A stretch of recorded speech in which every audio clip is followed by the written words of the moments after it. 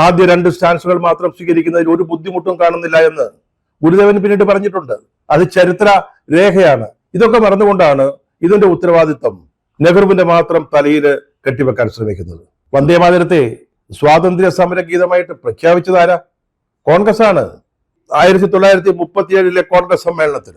അതിനുശേഷം സ്വാതന്ത്ര്യ സമരവുമായി ഏറെ ബന്ധപ്പെട്ട് നിൽക്കുന്ന ഒരു ഗാനമായത്. പിന്നീട് രാജ്യം സ്വാതന്ത്ര്യം പ്രാപിച്ച് കോൺഗ്രസ് ഗവൺമെന്റ് ഉണ്ടായപ്പോൾ വന്ദേ മാതരത്തെ ദേശീയ ഗീതമായിട്ട് അംഗീകരിച്ചു. അതാണ് ചരിത്രം, ഇതാണ് വസ്തുത, ഇതാണ് സത്യം. അതിനെയൊക്കെ മറച്ചു പിടിച്ചുകൊണ്ട് പുതിയൊരു ചരിത്ര രചനയ്ക്ക് ഒരുങ്ങുകയാണ് BJP.